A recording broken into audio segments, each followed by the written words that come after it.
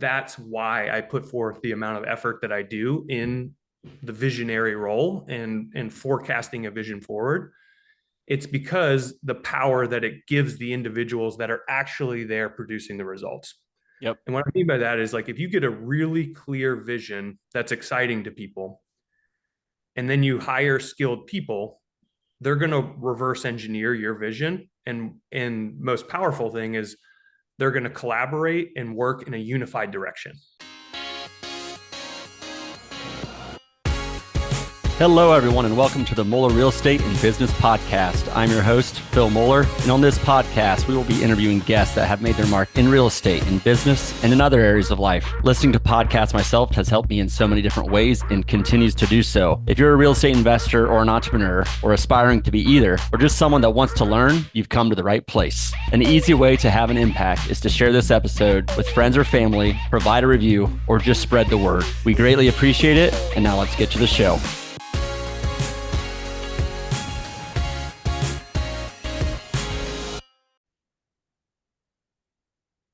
Welcome to the Moeller Real Estate and Business Podcast. I am really excited for today's guest. We have Jered Sturm on the podcast today. Jered, how are you doing today? I'm doing really good. And, Phil, I know I said this before we were recording, but super appreciative to be here. Very thankful to you and Vanessa and anyone else on the team who's doing all the back end work to make this all happen and give me an opportunity to share my story and hopefully add Man, value. you're making me look bad. I haven't thanked her publicly yet. So thanks for anyone that knows Vanessa. She is awesome and she does all the hard work. I get to do the fun stuff of just doing the interview, and then she makes everything else in the background happen. So I appreciate both saying that and making me look bad out of the gate, Jered. A little bit about Jered. So first, he's local. So he's from Cincinnati, Ohio. So all of our listeners that are in the Ohio or the Midwest area, he is local to us. Jered's been in the real estate business since 2006. He worked for a company, and then they started their own. Him and his brother started their own real estate and construction companies, some different ones in 2009 timeframe, and up to today. I mean, they have 1,300 units under management and close to or around 200 million. So quite the portfolio. I know you do a lot of work with your team, a lot of vertical integration. You bring in a lot of investor capital that you put to work in a very good way. So I'm super excited and welcome to the show, man. So first, Jered, let's get into, I talked a little bit about your backstory at a really high level, but what made you go into real estate and kind of how did this evolve over time? Yeah. Thank you. And I'll try to make it I'll try to condense 16, 17 years into a couple minutes here so we can move on to more actionable topics. But getting into it I got in at a very, very early age. I was a terrible academic student, meaning I just didn't do well in school. Didn't interest me, but my high school did have a wood shop, and I did really well in that. So working with my hands and being in the trades was always just something I was naturally drawn to. And so I used that skill set, as you said, to start a construction company and work as a maintenance tech for another landlord here in Cincinnati, Ohio. Over time, that evolved into friends and families asking, "Can you fix this? Can you fix that?" Which then eventually evolved into, "Can you redo my bathroom and kitchen?" And that timeline puts us around 2008. Okay. And so as myself and my brother, as you mentioned, were working on other people's homes, doing kitchens and bathrooms and additions and growing that company through word of mouth, we started looking around and saying, "Hey, look at all these single family foreclosures." And so for a couple of years, we would go do a high-end kitchen and bathroom and make, 40 grand in profit, and then turn around, buy a $40,000 house and spend our nights and weekends fixing that up. Love it. We spent several years doing single family house rentals. Then that grew to quads and duplexes and things like that, which then grew to 10 units. And ultimately, over our career in 16, 17 years, we've been doing the same exact business model, which is buy distressed assets or things that we can force appreciation into, force that appreciation, strip the equity, and then move into the next one. And it's just been a consistent progression of slightly bigger real estate transactions. And so you mentioned now we, work with investors. The first 8 years, we did it with all of our own capital. And then around year 8, we made the transition into the syndication model to buy larger and larger assets. So I think it's interesting. Honestly, your path is not that much different in mine in that we started with single family. I maybe stayed there longer than I needed to. I don't know, but eventually transitioned to value add multifamily. And there's value add a lot of things, not just multifamily and real estate. Quite frankly, even in you could do value add business. But my question is, if you went back, knowing what you know now, but maybe if you didn't have the investor network or you didn't know how to do these large multifamilies, how would you change that? Like, what would you do from buying your first one to get you to where you are now? How would that path change possibly? I'm sure it would change a lot because wisdom changes a lot of things. I'm not sure I would want to change it because it was a requirement. Those challenges, those learning curves, those difficult situations have formed me into who I am and have given me a lot. So I don't know if I went back and changed those things, would I be in the position to have the success and in all aspects of life that I have now, right? To overcome challenges is a lesson I learned through business, but apply in my family and marriage and health and wellness and my kids, right? So I am hesitant to answer that because I don't want to lead your listeners to think like, oh, here is a better path. And so what I will say is like my path is not someone else's path, and theirs is not mine. It's kind of like to each is their own, and there's no right or wrong answer. um Well, what I like about that is, first of all, wisdom changes things is fantastic. And if you didn't go through like you could say now, I would just start with a 100 unit complex because you know that. But if you didn't go through the steps and you did that after one single family house, that could just completely halted or stopped your real estate career. Some really bad things could have happened because you didn't have the wisdom at that time. So honestly, I think it's a great answer in that stretch yourself, but don't go too far too fast where you bury yourself, right?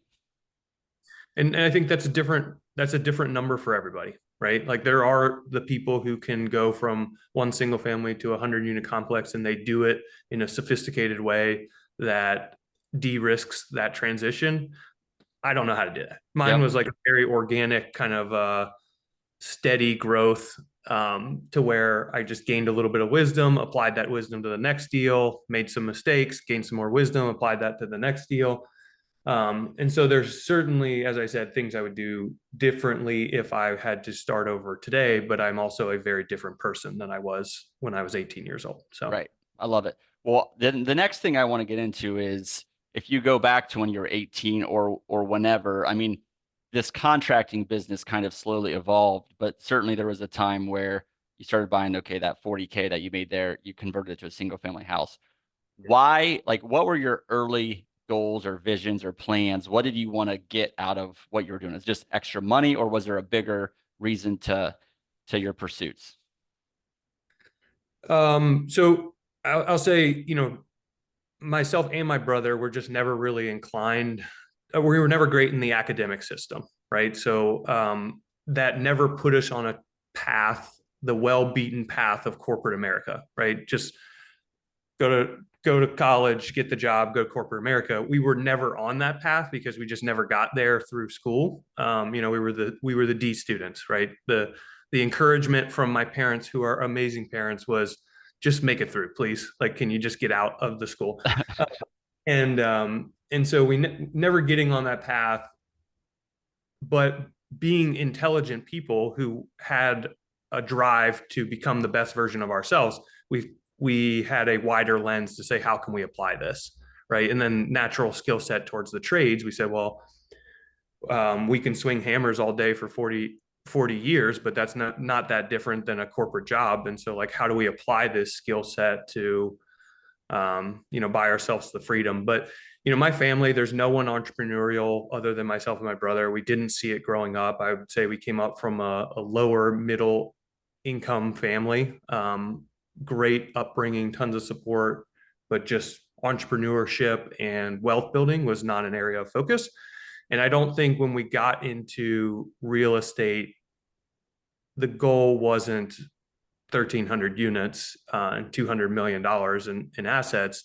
It was I think of it as the Maslow's hierarchy of needs. I don't know if you're Yep. familiar, but like the in the beginning, it was like, well, how do we pay our bills, right? We want to move out of our parents' house, and so like, how do we pay for our bills? And it's like, oh, we could do this. And um, the first house we bought was a 6 bedroom house and not the greatest area, but I lived in 1 bedroom, my brother lived in another, and we rented it out to 4 guys, right? So satisfied that needs, and then it moves up, later, a few years down the road, it's like, well, how do I provide for a family? And then it's like, okay, well, when that is met, how do I bring higher fulfillment to my life and bring meaning back to others? And it just moves up that hierarchy of Yep. need, right? And so I'm not going to sit here and pretend like I had this massive vision at day one. It was like, how do I pay for my cell phone?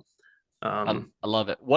How has that evolved over time? And maybe what does that look like today? So, um, yeah, is it more clear now? Do you think about that more? It's just kind of, is it loose, or is it, no, there's a plan? There is a plan, and on that hierarchy of needs, I think that fulfilling a bigger purpose is kind of at the top, right? Beyond yourself and how you contribute back to others. Um, Whether that's like society based, faith based, whatever label you want to put on it, but that's the tip of the pyramid, right? You get to the top, you take care of yourself, you take care of your family, and then how do you contribute back to others?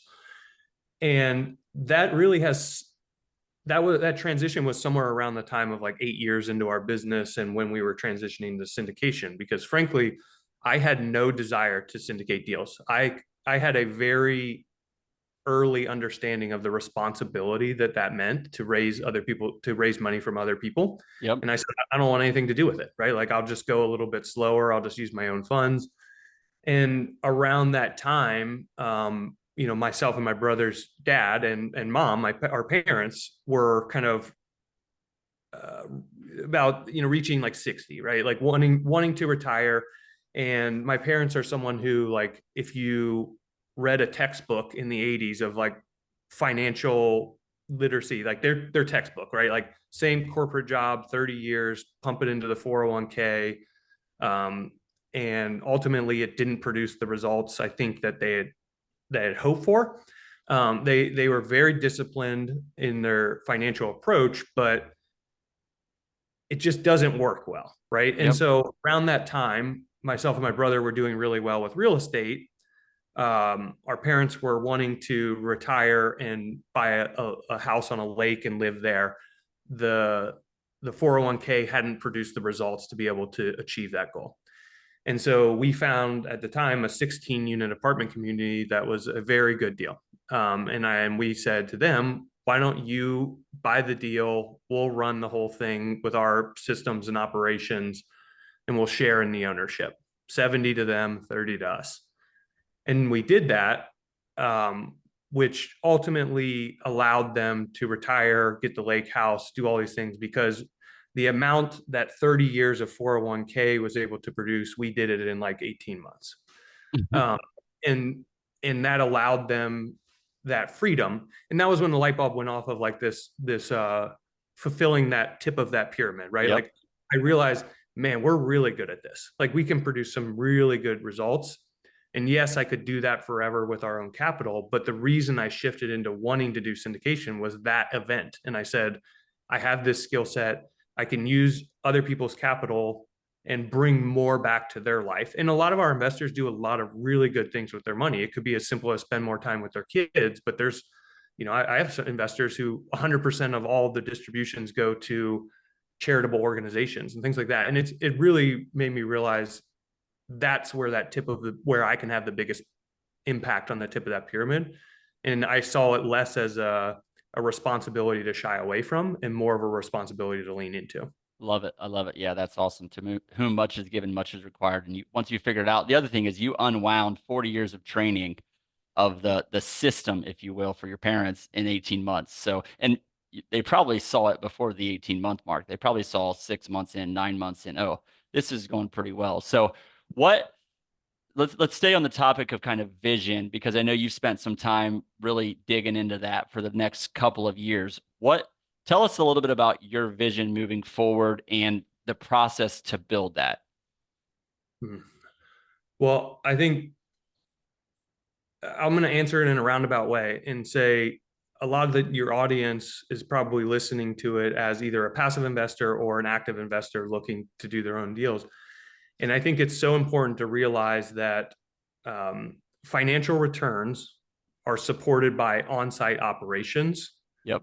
but on-site operations are supported by the people who work there. Yep. I think that second component is oftentimes missed. And so to get back to your question, as a leader and a business owner and someone who wants to produce attractive financial returns because of the responsibility to do so, it's about casting a vision to then allow those people who work at the on-site level to follow that vision. Yep.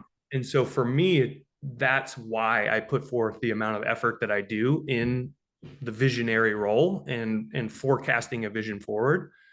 It's because the power that it gives the individuals that are actually there producing the results. Yep. And what I mean by that is like if you get a really clear vision that's exciting to people, and then you hire skilled people, they're going to reverse engineer your vision. And most powerful thing is they're going to collaborate and work in a unified direction, right? There's nothing worse than an organization that hires a bunch of really skilled people and then they work in opposition. Then they get frustrated with each other and quit, right? So for me, the purpose behind casting that vision is to produce the results. Yep. I love it. And And honestly, like I did this, I just wrote on my notebook here, but like this circle of you, like you want to return, which means you need to deliver operations, which the people, the team members needed to deliver the operations. But to get the team members aligned on what they need to deliver, you need a clear vision of what they need to do and quite frankly, provide the leadership direction and vision for them. So that's fantastic. yeah, and that's so much easier said than done. Like it is a lot of work to sit down and say like, well, what will it look like? How can I direct them? How do all these pieces fit together?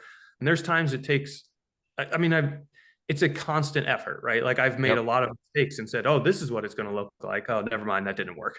And you, one of our core values in our organization is continuous improvement, and so we acknowledge that not only at the most basic level, but also at the visionary level, right? Like continuously shaping that vision to be better and better.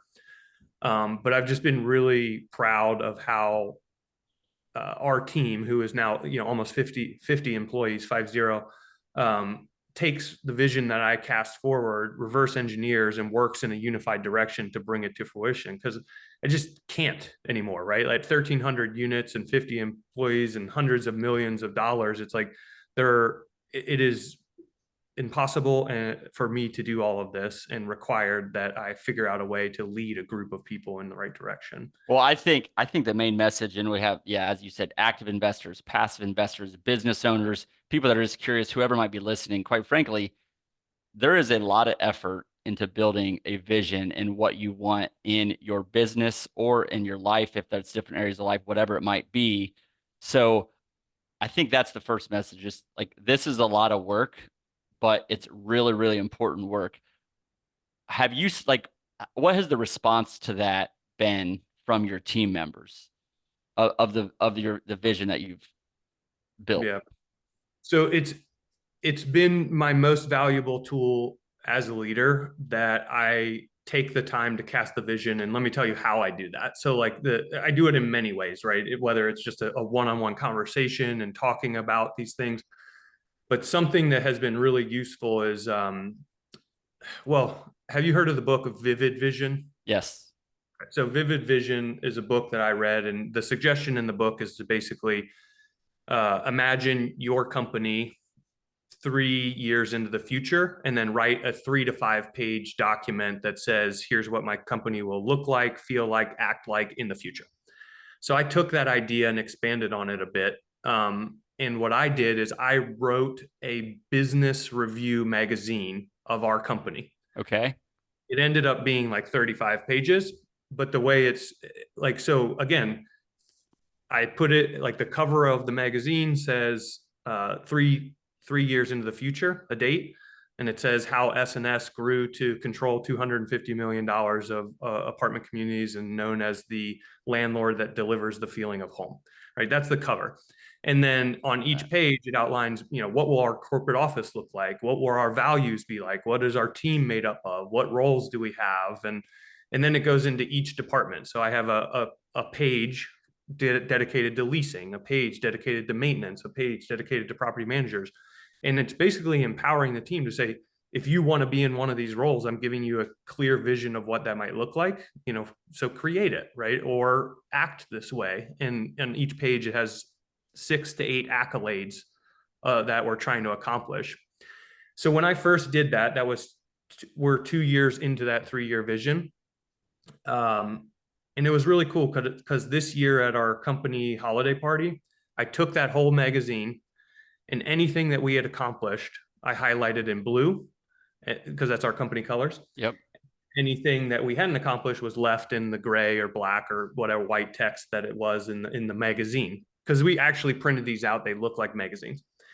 And it really showed us like, wow, we've already made it like 75% of the way there. And Awesome. And it was just really cool to see and cool to celebrate. And it gives us something to acknowledge. But something I'm trying to remember to say, it's been really impactful in the hiring and recruiting. Okay. So when we're looking for the best team members to be on our team, and they sit down at our corporate office and we slide them this magazine across the table at an interview and say, if we offer you a position, we want you to know what you're saying yes to. This is where we're going. And so if you're interested in joining something like this, and we make you an offer, we'd love to have you, but it's really important to us that you know how high our standards are and what you're agreeing to. Yep. And just the simple practice of like, oh, you're an organization that cares enough to put forth the effort to put this together attracts quality team members.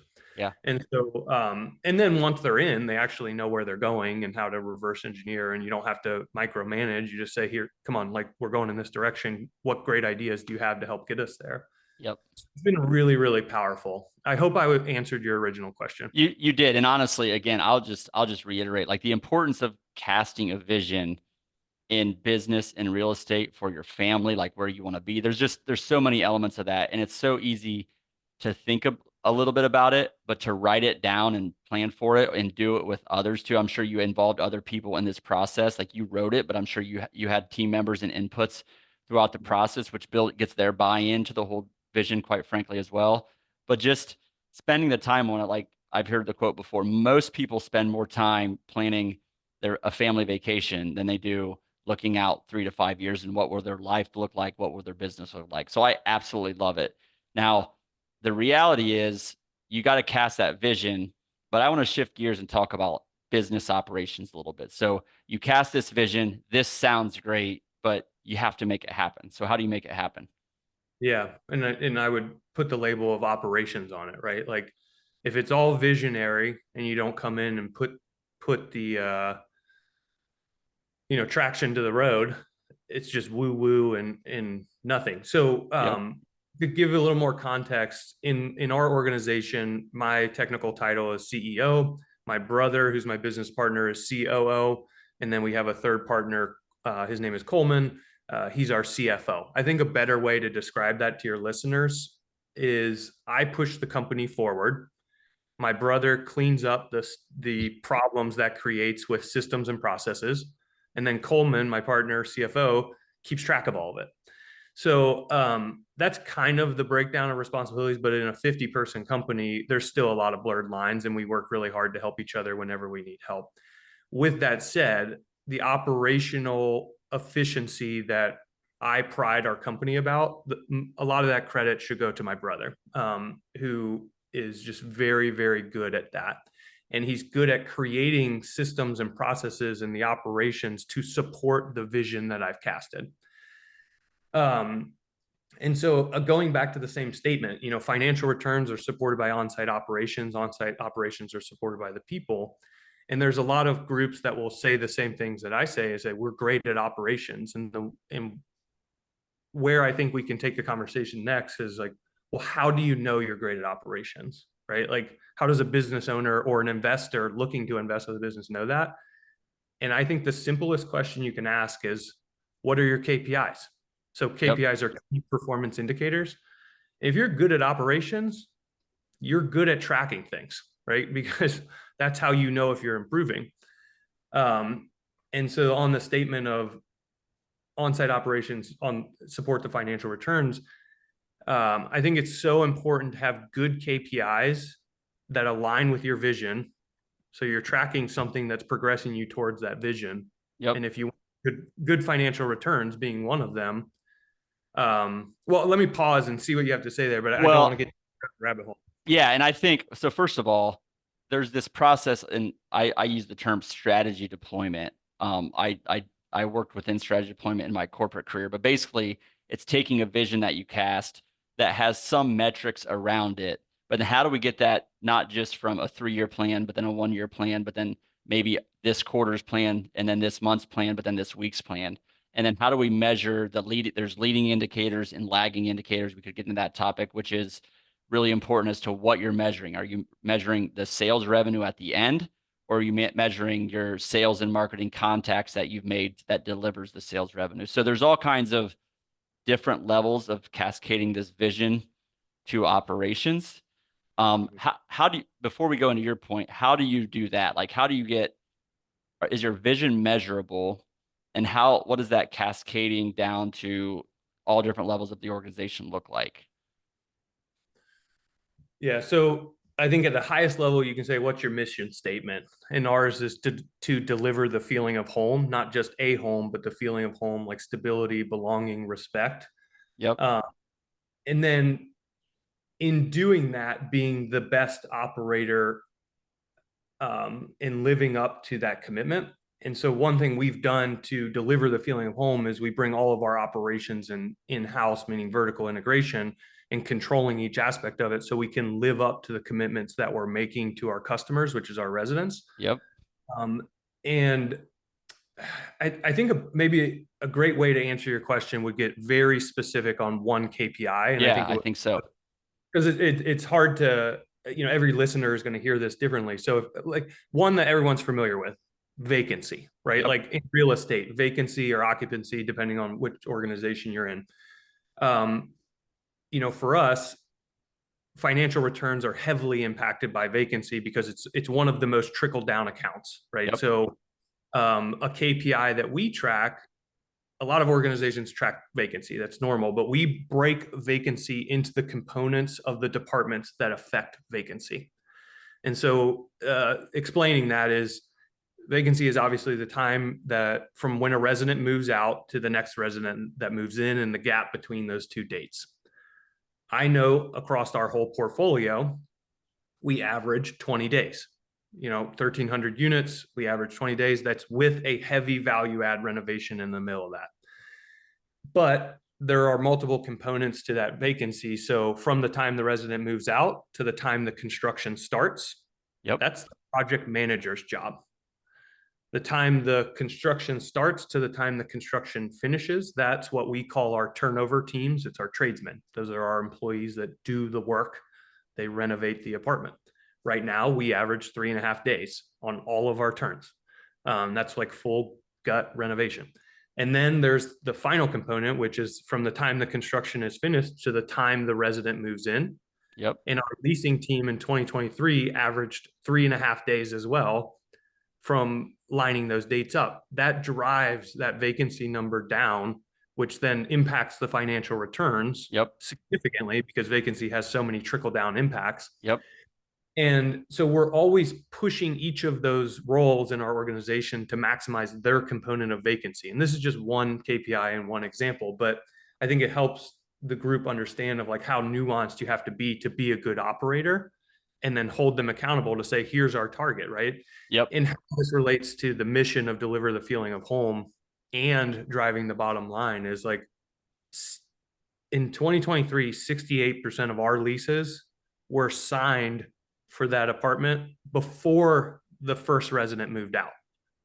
Yep. And why that is because in our lease, we have like a 30-day notice, right? So the resident gives notice, the project manager inputs the date at which the future construction will start.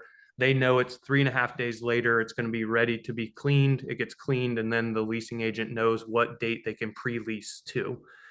And so having control of all of those components of our business and then living up to those commitments to our resident allows us to maximize the financial returns. Yep. So I'm getting really into the weeds here, but I think it's a relatable example to whether it's multifamily or single family or office or whatever. Like we all want to decrease vacancy. Yep. How are we doing that? How are we tracking? And quite frankly, any business owner, again, I'll go back to like vacancy impacts revenue. And a lot of people, the company's goals might be maximize revenue, but it just stops there. Let's just measure the revenue and see what that looks like. But if I'm going to talk to an employee that doesn't understand all the trickle effects and how it stacks up and what all leads to revenue, they're going to say, I don't know how to impact revenue. I don't have a KPI that I can impact that helps with revenue. But you're saying, okay, a leasing team, if we're averaging 3.5 days, the way you can impact revenue is let's get that to just 3 days, just 3 days to be the average time until you lease it. And you're going to help revenue by, X%. And I don't know if you can tie the dollar yet, but if you have the different teams, the project manager, the tradesman, the leasing team working on their focused area, net, your vacancy is going to drop and your revenue is going to go up. And then the other thing to keep in mind for people, if there was 3 items within vacancy, and maybe there's more, there's also 3 or 4 other factors within every, like revenue itself would be the top level, but that's hard to control for people. But then there's, just delinquency, non-payment. There's other things that impact revenue to other income that you might have those same metrics for.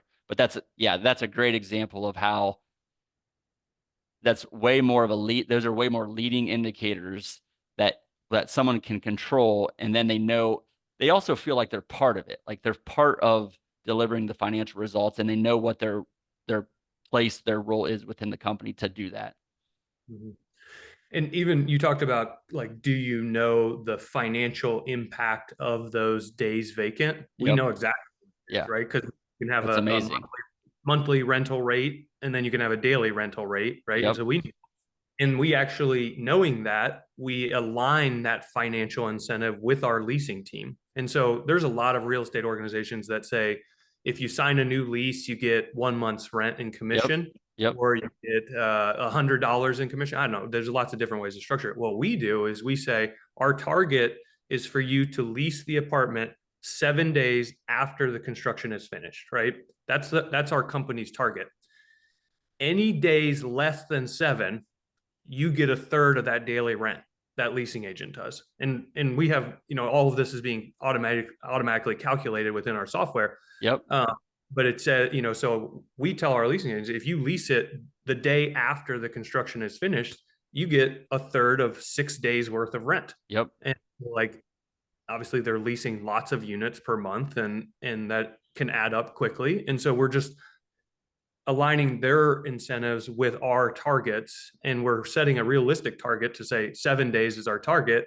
Now we averaged 3.5 days over the whole prior year, which tells you they're trying to drive that number down, right? So when they're on the phone with that resident and the resident says, I'm looking to move in the middle of next month, right? And they're like, well, this unit is actually in really high demand and it looks like it's going to lease up, and we would prefer to have you in on this date, right? That's a tricky conversation to navigate. And if you give them a financial incentive to learn how to navigate that, they do it really well. Yeah. Yeah. That's really good stuff. And again, I think just for so many different business owners, the importance of translating your vision all the way down to the operational level and what do I need to do today to support the long-term vision is fantastic. I think I'm trying to think of from just a personal example. So trying to create like a family vision statement, or what does that family look like, or family core values. And I think that's really important to do.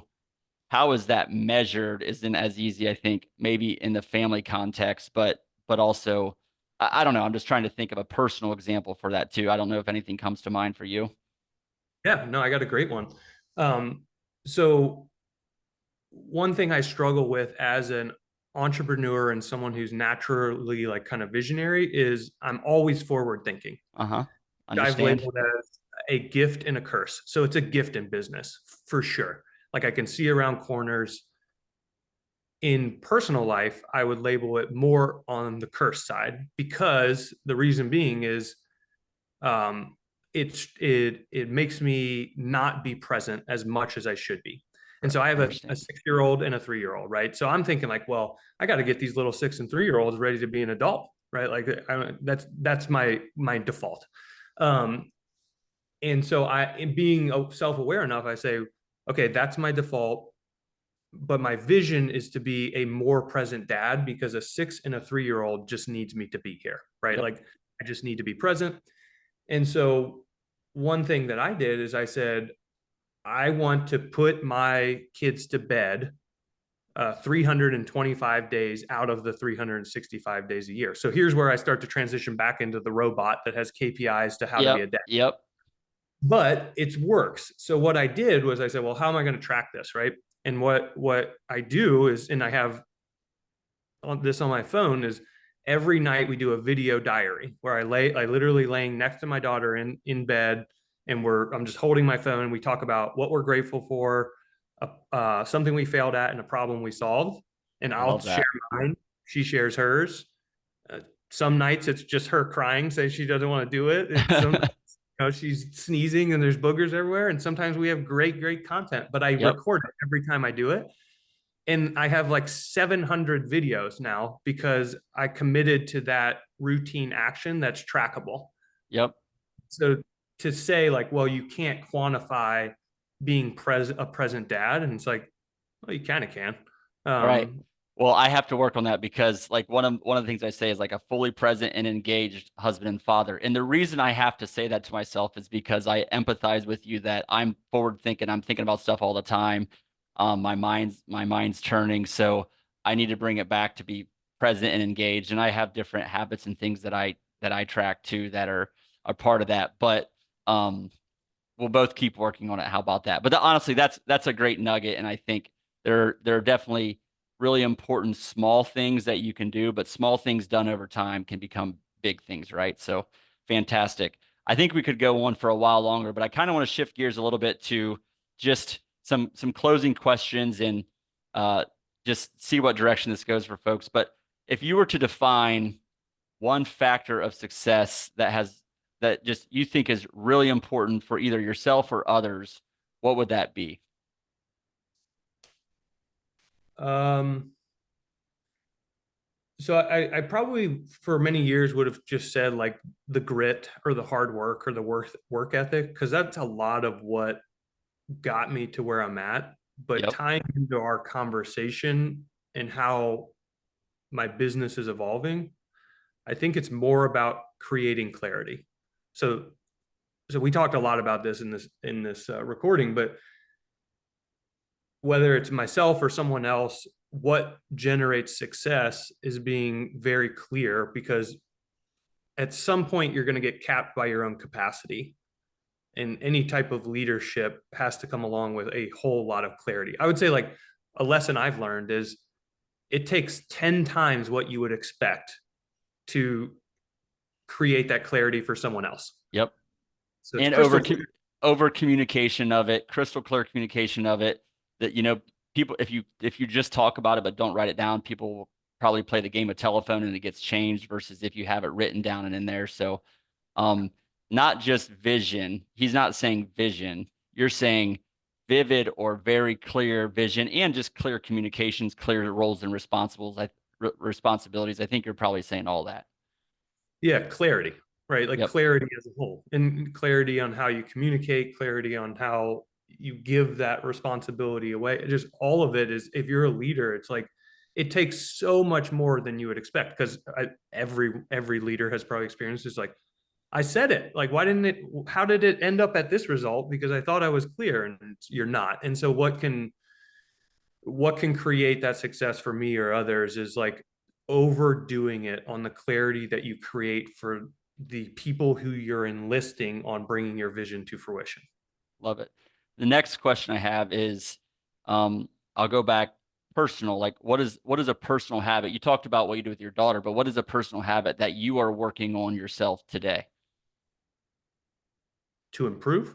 Yeah, yeah, something that you're working on to improve yourself. Oh, I mean, I kind of, the meaning of life to me is progressing. So I would say that's kind of like the everything. So I consider myself a very good husband, a very good dad, a great employer and business owner. And I really prioritize my health and well-being, but there are metrics that I'm pushing on every single one of those because where I find the most fulfillment is in improvement. Honestly, it's really interesting because I just talked to someone today and we were talking about a podcast that we had just listened to. Progress, the quote was progress equals happiness. And if you think about business, if you're going backwards, like that's tough. Like you're probably not gonna be happy. If you're progressing, you're probably gonna be happy. Like not perfect, but happy. Or in your health, wherever you are today, if you're improving where you're at, you're probably gonna be happy about it. Versus if you're declining, like you're gonna get down on yourself, you're not gonna feel good. So just progress equals happiness is something I just heard and have been thinking a little bit about. So I like that. What about favorite business or real estate book? Um, a lot of what I've been reading lately is in the health and wellness space, and I can make the leap and say like if you're mentally and physically fit, you're going to be very better equipped for your business, Yep. real estate. And so with that, I guess with that leap there, I I like it. Let's do it. I have enjoyed the book Outlive. So Yep. there's a Peter Attia Yep. is Peter Tia. is pretty well known in like this space, and he wrote the book Outlive. It's one of the few books that I've listened to on Audible like multiple times over, Okay. and a lot of it's because it went in one ear and out the other. It's pretty sophisticated, and Yep. I it was not all landing for me, so I had to listen to it multiple times. But I just love that content, and he aligns with the idea of optimization or Yep. continuous, Yep. right? I love it. And honestly, for the listeners, in a couple of weeks, I'm going to be bringing on like a health coach that I've worked with, and I'm going to be making the point why, because it's so important to have your mindset right, your health right, your energy levels, all those things. Like health is important towards your business. And quite frankly, if you're not taking care of yourself, you're probably costing yourself a ton of money, if not now, in future years. So I definitely understand the tie, and I love it because it's yeah, it's a little bit different, but I like it. What about your favorite personal development book? So now you got to think of a different one if it's not the Outlive by Peter Attia. One of my goals this year was to break away from like the things I normally read. And so it would be like business or health and wellness. And so I said I'm going to read or listen. I listened to all my books, but like listen to 6 books on parenting or marriage. Yep. And two that I listened to that were pretty good was one that a lot of people have all heard of, which is the 5 love languages. Yep. And the other one was called Crucial Conversations, much Hmm. less popular. But both were really good for self development in areas that I think I have the biggest capacity to improve on. And so, 5 love languages, some most people are familiar with, but it's like I'm listening to it and I'm like, this is kind of cheesy. And then I'll like implement it and I'm like, this works perfectly. This is wonderful. Yeah. Yeah, this is like it works flawlessly. So cheesy works. That book's a little cheesy, but it works perfectly. So that was a great recent self. I don't know if that's my favorite, but I don't have a favorite off the top of my head. Yep. No, that's a good one. So honestly, my wife and I did the quiz. There's like a 5 love languages quiz. We had done it maybe a decade ago, but we did it again 3 months ago. And it's like, it's just a good reminder of, man, you're not doing a lot of things right, Phil. Like you need to get corrected in these areas. So it is a very good book. Maybe people think it's cheesy. They can think that, but I encourage people to check it out. I'll Awesome. give you Jered, sorry to cut you off. I'll give you one funny story. So I was like um listening to that book, right? Ear pods in, listening to the book. I wake up in the morning. It had recently snowed here in Cincinnati. So I'm like, I'm gonna I'm gonna go out and take care of this snow. Like I'm acts of service, right? Like yep. I'm gonna go out here first thing in the morning, shovel the snow, make sure my wife's car is accessible and cleared off.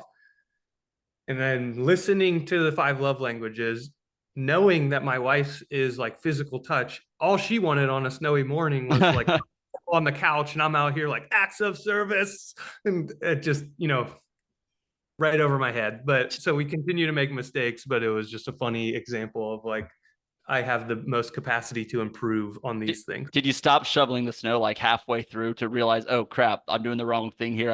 I shift gears, or I'm assuming you finished it.